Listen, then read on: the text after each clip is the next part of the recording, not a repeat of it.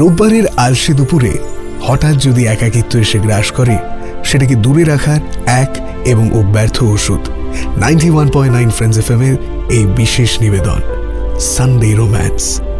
আজকের গল্প সুচেতা মিত্রর লেখা অসমাপ্ত। এটি সানডে রোম্যান্স অরিজিনালসের একটি নিবেদন। মুখ্য চরিত্রে কথক, সাবর্ণ এবং মিত্রাতিথি। শুরু হচ্ছে অসমাপ্ত।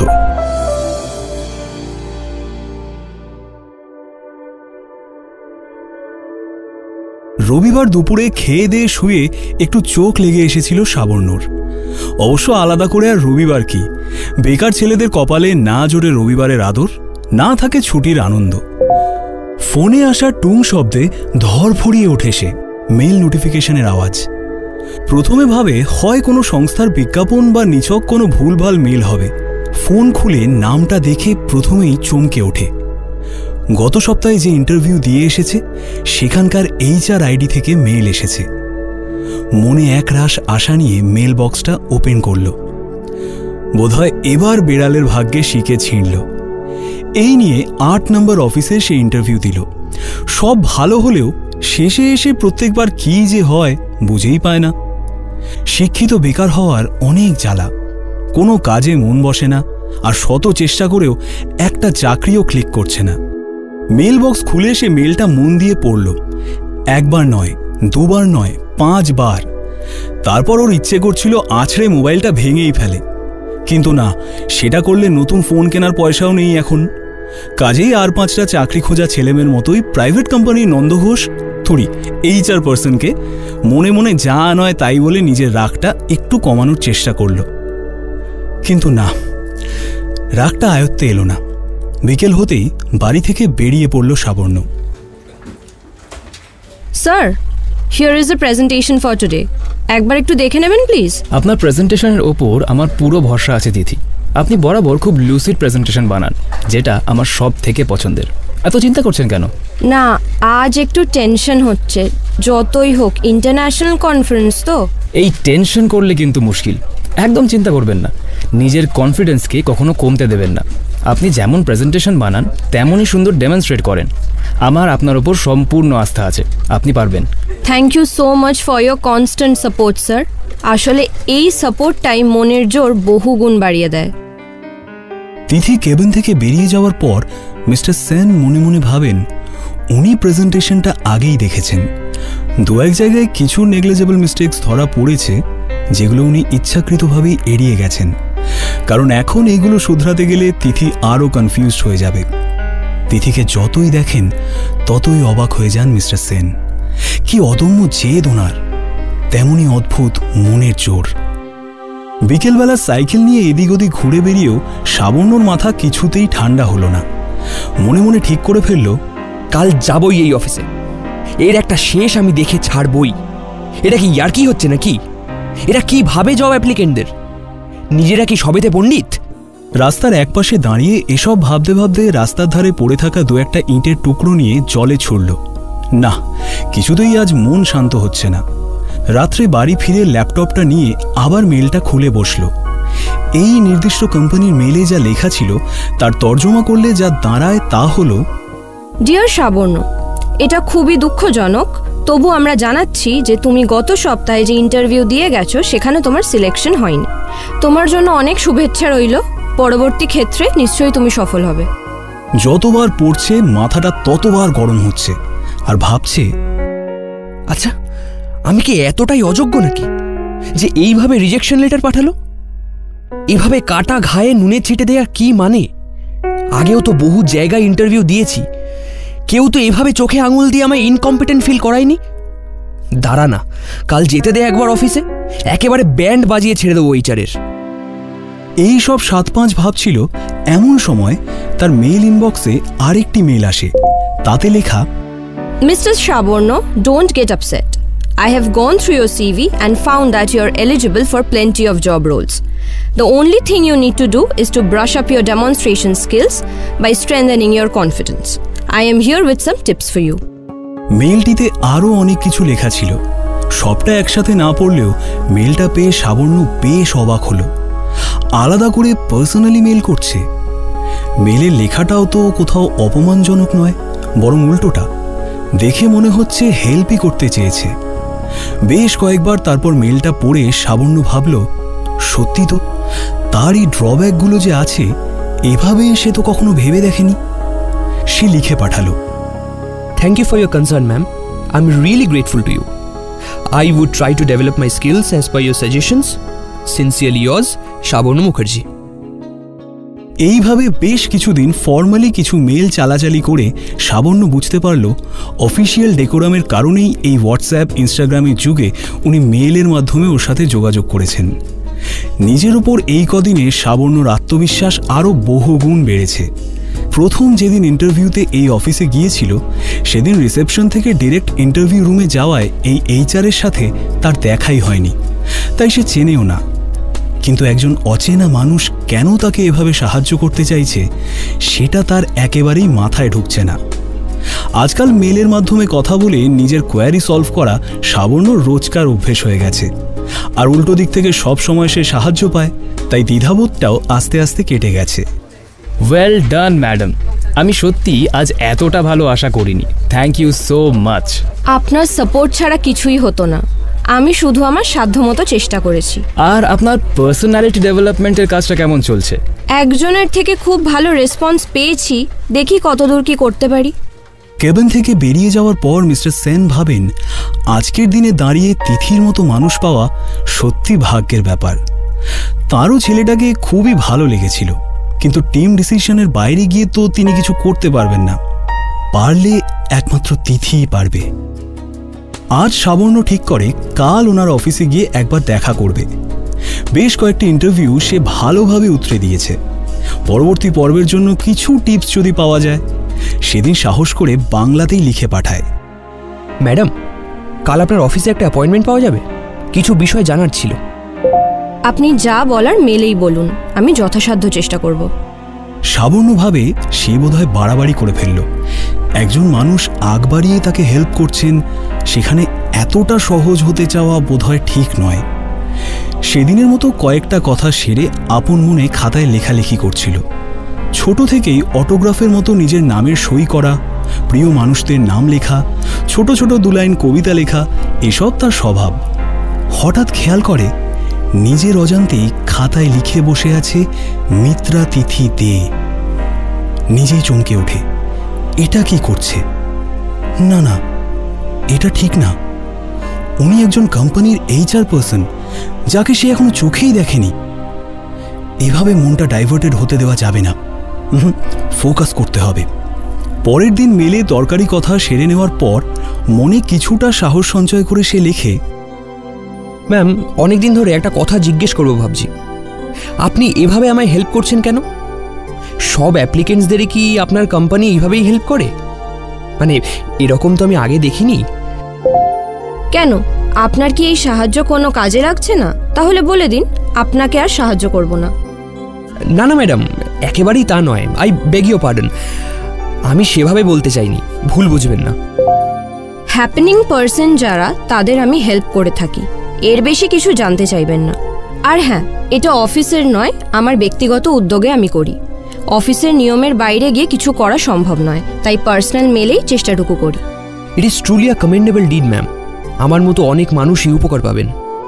মিত্রা তিথির তরফ থেকে কোনো রকম আভাস বা কিছুই সে পায়নি, তবু কোথাও গিয়ে একটা হালকা ভালো লাগা বা দুর্বলতা অনুভব করে সাবর্ণ। এভাবে একজন অচেনা মানুষ তাকে স্বাবলম্বী হতে সাহায্য করছে, এরম মানুষের সঙ্গে যোগাযোগ হওয়া সত্যি ভাগ্যের ব্যাপার। পরদিন সাহস করে ওই অফিসের রিসেপশনে সে ফোন করে। Hello, who's this? Can I talk to Mitra ma'am? Sorry sir, she's badly engaged in a client meeting today. এই ফোনের মাঝেই রিসেপশনে একটি দরকারে মিত্রা আসে। রিসেপশনিস্ট বলে, ম্যাম, একটা কল আছে, আপনি নিতে পারবেন?